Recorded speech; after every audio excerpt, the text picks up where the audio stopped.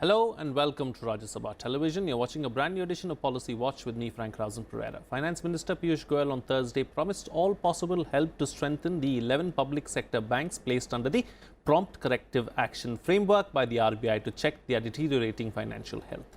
Under the PCA, banks face restrictions on distributing dividends and remitting profits. The owner may be asked to infuse capital into the lender. Besides, the lenders are stopped from expanding their branch networks and need to maintain higher provisions. Management compensation and directors' fees are also capped.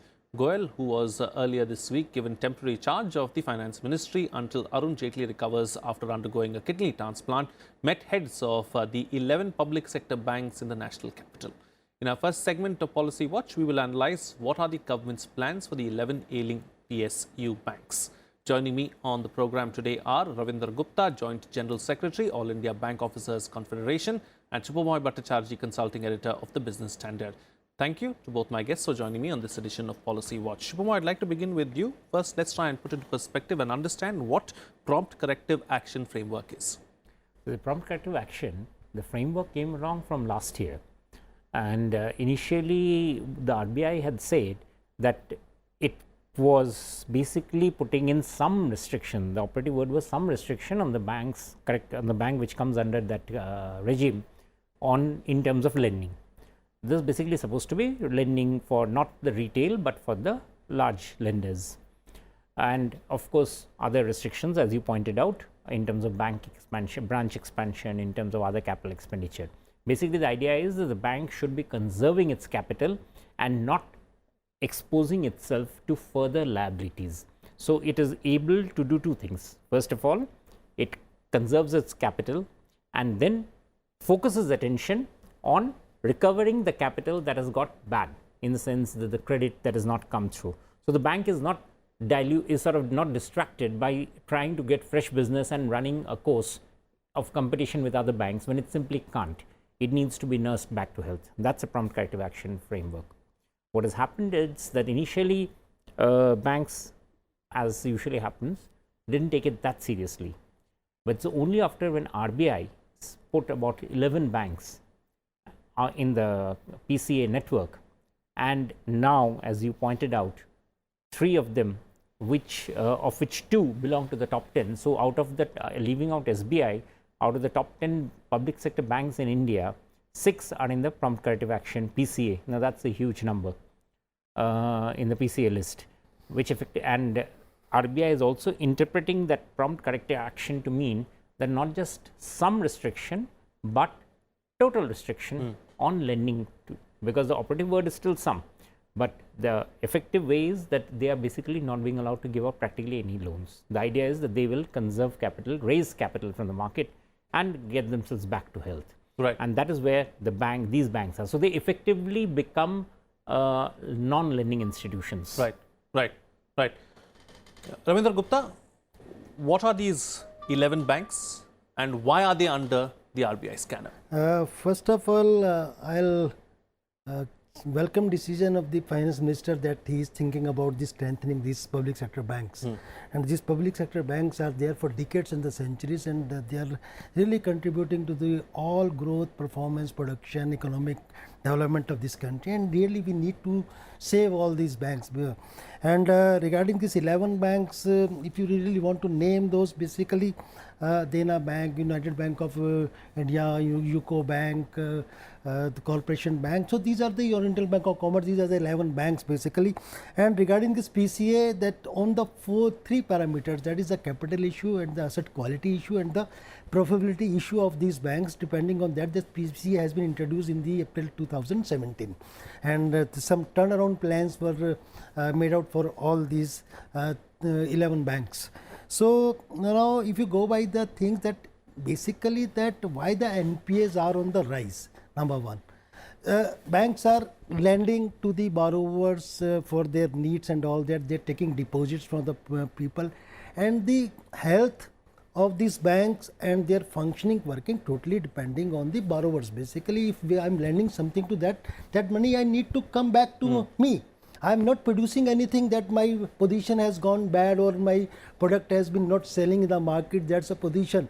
So that is the character of the borrowers, since they are not paying, and that depending on the impediment in the legal impediments that is available in our country, the people are scot free, and big willful defaulters are there. I can quote you one example that about 14 corporates, they have the more than 4 lakh crore rupees outstanding with them.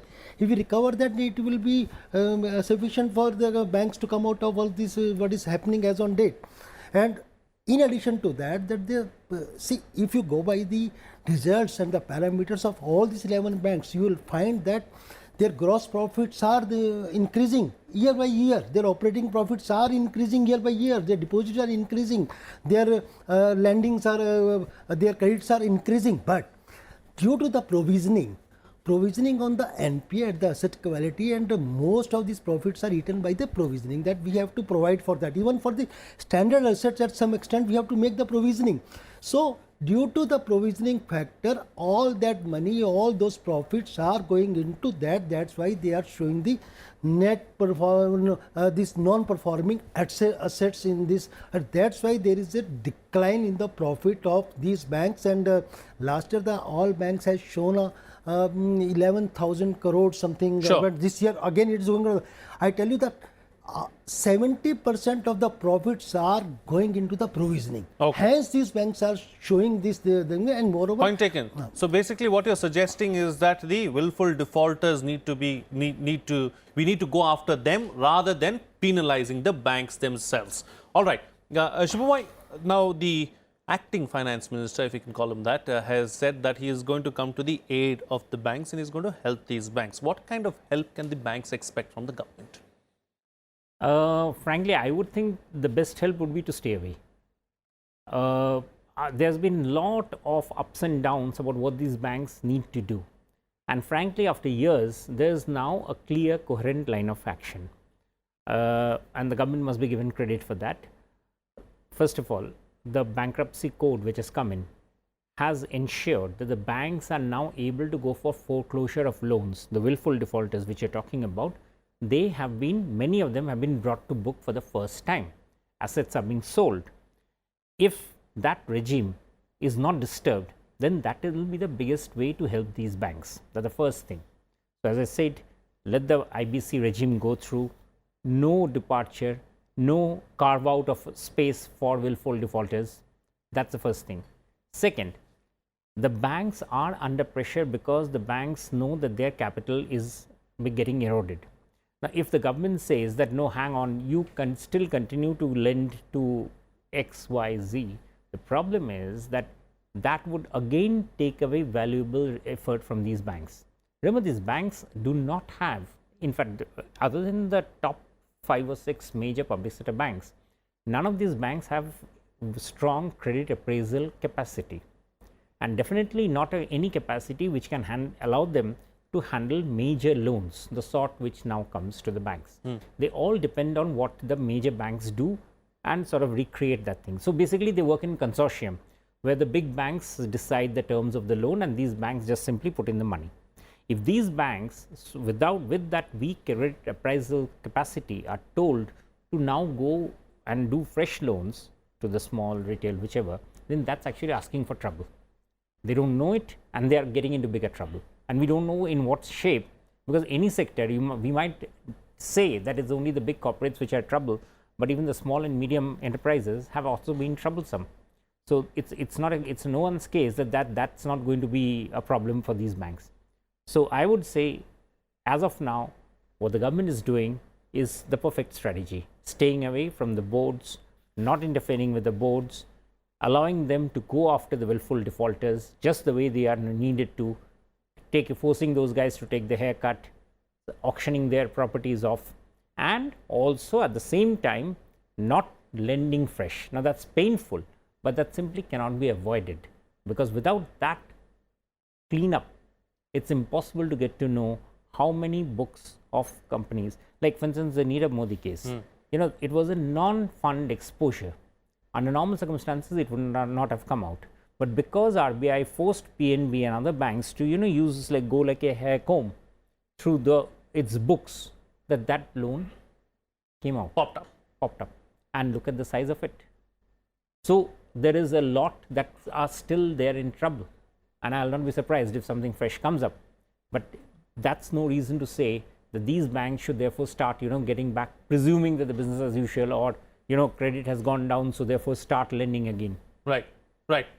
So going forward, Ravinder Gupta, what's the best way to help these banks, or what's the best way to keep the banks afloat, and how do we deal with this problem?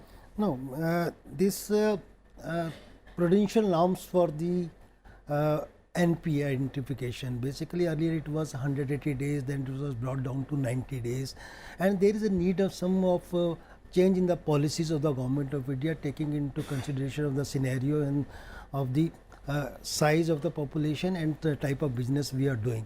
And apart from that, there is a need to stringent our law, because as on date, these all non-performing asset cases are considered under the Civil Procedure Act, and people are really not afraid of this system.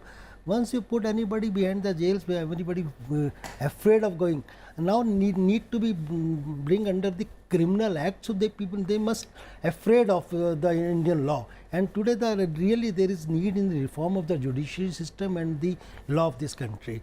And moreover, I am taking forward from Mr. Bhattacharjee, basically see what happened. 80% of the NPAs are in the 5 major sectors, that is infrastructure, steel, power, telecom, and they are the big borrowers. Those have taken the loans from the banking system. Earlier these sectors were financed by the development banks. IDBI was there, ICCI was there. So those are long-term lending used to be provided by these developmental banks, and through some government decision around 10-15 years back, entire their corpus was shifted to the commercial banks. That's why the big corporates were financed through the consortium banking or some other sectors. So if you go by the analyze this NPA, so you will find that major only few borrowers and the big corporates are there. They are attributing the most of the NPAs in this country, and law is the main thing that need to be change in our country. Otherwise they will definitely take the all advantage of this banking system, and they will look like Nirav Modi or some other persons. Sure. So on second thing, so checks and balances we need at the earliest to deal with the problem. Yes. Yeah, okay, go ahead. You were saying a second thing. And one more thing, that what has happened in the last few years, and again we need to this audit system that really need to be made more strong, dealing with the bank's audit and all that. This is more important. Okay, all right. On that note, then we'll slip into a short break. I'd like to thank both my guests for joining me on the program and putting things into perspective for us. Subhomoy stays with us, of course, on the next segment as well, where we will discuss the National Biofuel Policy. Stay tuned. We'll be right back.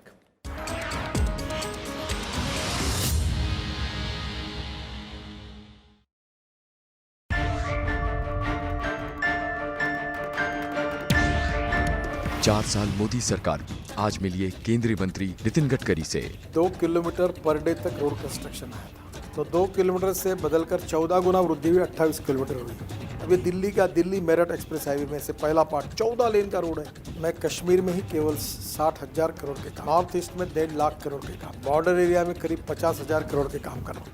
मैं 6 नए port बनाने की बात कर रहा हूँ। मैं अंडमान निकोबार से लेकर मुंबई तक के क्रूज चलाना चाहता हूँ। हमारे देश का किसान देश का फ्यूल तैयार करेगा। सभी बातें अच्छी हो गई ऐसा नहीं, आधी बात कमी भी हो सकती है, और उसको स्वीकारने में मैं डरता भी नहीं।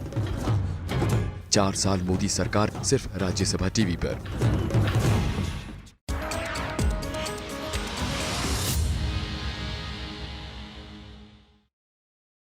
Welcome back. You're watching Policy Watch with me, Rausan Pereira. The Cabinet on Wednesday approved the national policy on biofuels, which allows blending of ethanol produced from damaged fruit grains, rotten potatoes, corn and sugar beet with petrol to cut oil imports by 4,000 crore rupees this year alone. Till now, only ethanol produced from sugarcane was allowed to be mixed in petrol. A meeting of the Union Cabinet headed by Prime Minister Narendra Modi approved the new policy, which categorizes biofuels as first generation, which produce bioethanol from molasses and biodiesel from non-edible oil seeds. Second generation ethanol can be produced from municipal solid waste, and third generation fuels like Bio-CNG. The policy also encourages setting up of supply chain mechanisms for biodiesel production from non-edible oilseeds, used cooking oil and short gestation crops.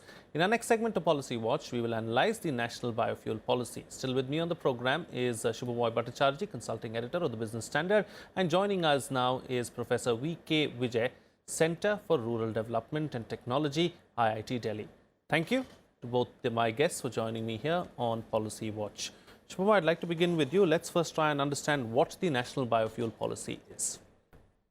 In front of Professor, I think that's saying too much. I think he's the best person to say. But the national biofuels policy basically emerges from the fact that we have and are going to have a more and more aggressively big problem on the traditional fuel, which is the crude oil. We depend currently on 80%. That figure keeps on changing. All projections around show, about that much. Yeah, yes. all projections show that in another few years it will go up to 90%. Whatever oil fields that we have are running dry, and the fact is that the only substitute for that would be gas. But gas would not be particularly used for transportation fuel. Gas would be coming in basically for static, power sector, fertilizer plants, plants. That's the places. And of course, there will be some. So essentially, the fuel, the transport fuel, would still be crude and its derivative. Now, that's where the problem is, that we are going to have an increasingly urban population.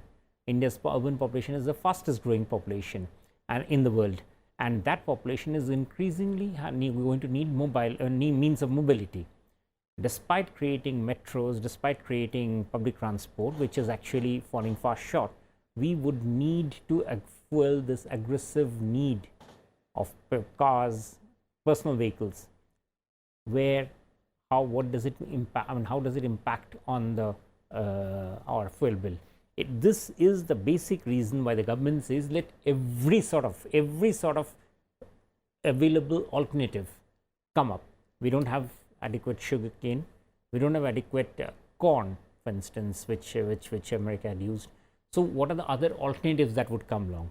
So the idea is let 100 flowers bloom to create every sort of alternative that can come up to ensure that there's some amount of farm gate production of these fuel, which can then supplement the crude to at least make some dent in the import bill. The key here is some dent. Now, how much of a dent it is really going to make remains to be seen. Professor, is it the right way forward? And tiny drops make an ocean is what people say. So, is it a good start?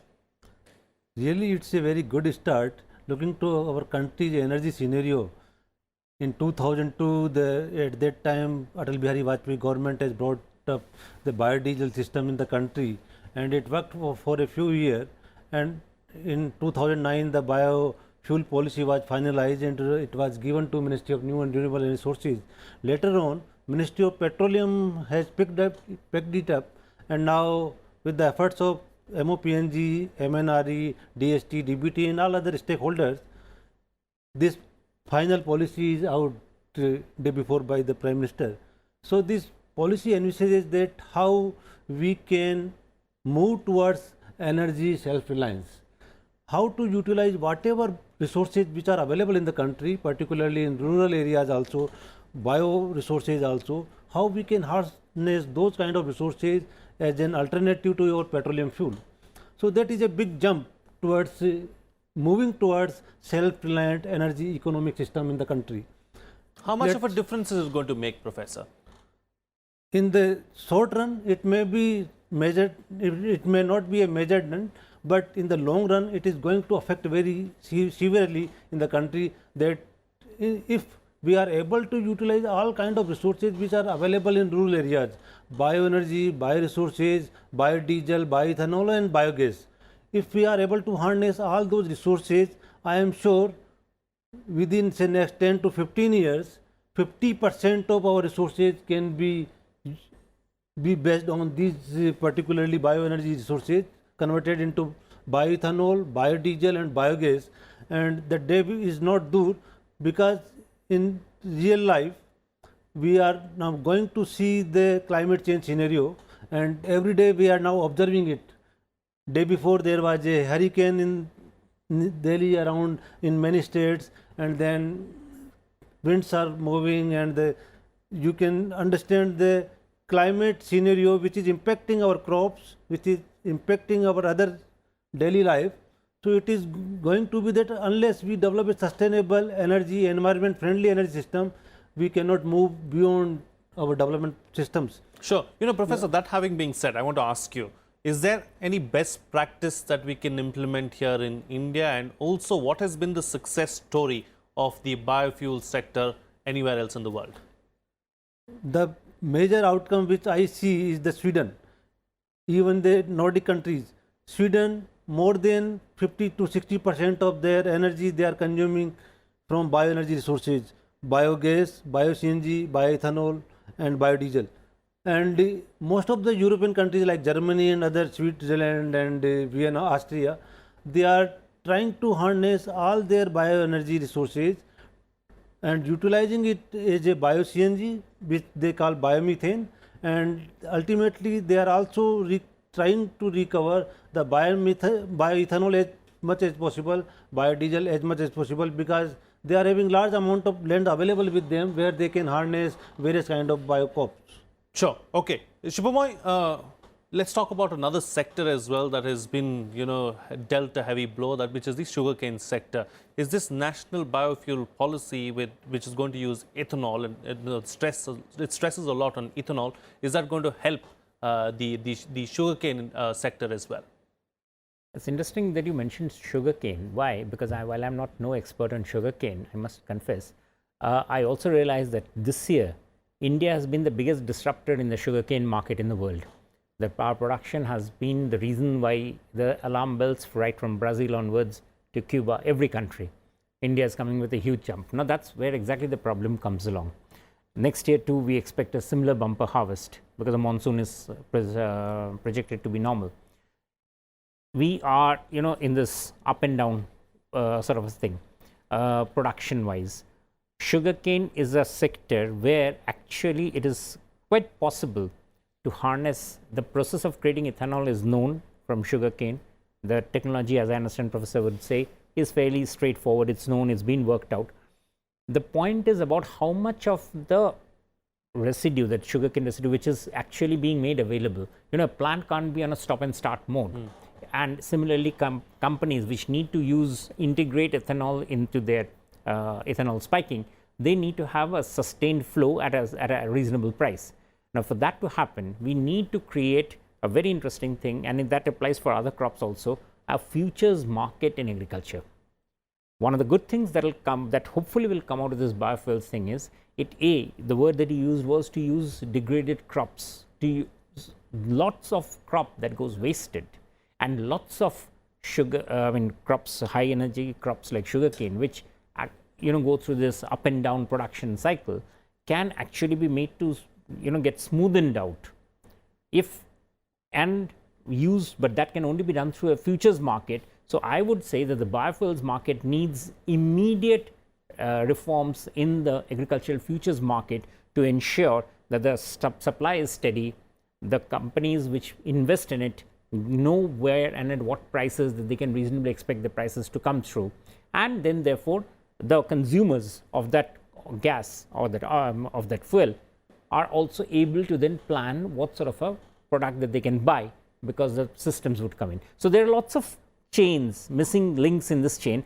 Hopefully, because of the fact that the cabinet has given this approval, those things will now fall into place and at a very quick pace. The policy is also talking about supply chain mechanisms as well. That too needs to be addressed. Absolutely. It can be as simple as taking a tractor load of sugarcane to a particular place, or any other crop for that matter. But it all has to be integrated. It has to be integrated. But along with that, it also has to be a regular price mechanism. Right. Our agricultural system in India terribly suffers from the lack of adequate price mechanism to help the farmers plan. Okay. You can't have an agricultural biofuels policy which is ad hoc. Right.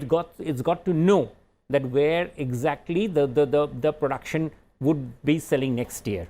Fair enough. Point taken. You know, Professor, Yeah. that having been said, do we have the wherewithal, the technology to convert all this material into biofuel? What kind of an infrastructure do we need to set this up? Presently, in particularly rural areas, there is no infrastructure available for all these kind of biofuels. But slowly, we have to build up the infrastructure. The companies have to invest in rural areas, utilize their resources. I am seeing that only last month, Indian Oil Corporation Limited has signed an MOU with the Punjab government, and they are trying to set up at least 50 or 60 Bio-CNG plants across the state of Punjab. So they will utilize rice straw, which is otherwise burned, and it is causing problem in pollution in nearby states, particularly in Delhi.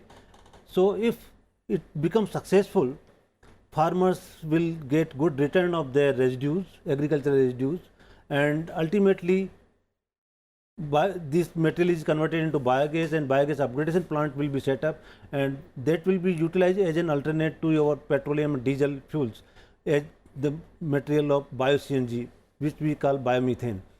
And in IIT Delhi campus, I am running my car on Bio-CNG, biogas. For last 5 years, we are producing biogas from whatever waste is available in the campus. We are producing biogas, we are upgrading it, we have filling station. I am filling my car with biogas and running it, and you have to see that its mileage is 22 kilometers per kilogram of biogas, and its emissions are better than petrol, diesel and CNG apart.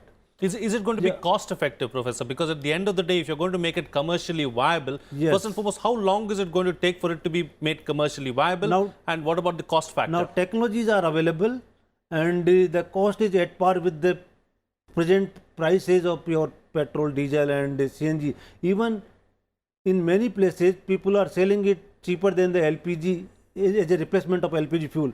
But when we compare it with CNG, it is cheaper than CNG available in the market, and then government have to provide some incentives and benefits for that purpose in the rural areas. Sure. Okay. So how long before we see it being commercially viable? Because you spoke about infrastructure. So technology development is in process. Many universities, colleges, IITs are working on it. International technologies are available, and it's the quantity. No, you don't and have to the give us scale. an exact figure, but I'm just saying maybe 10 years down the line we'll see it, maybe 15 down.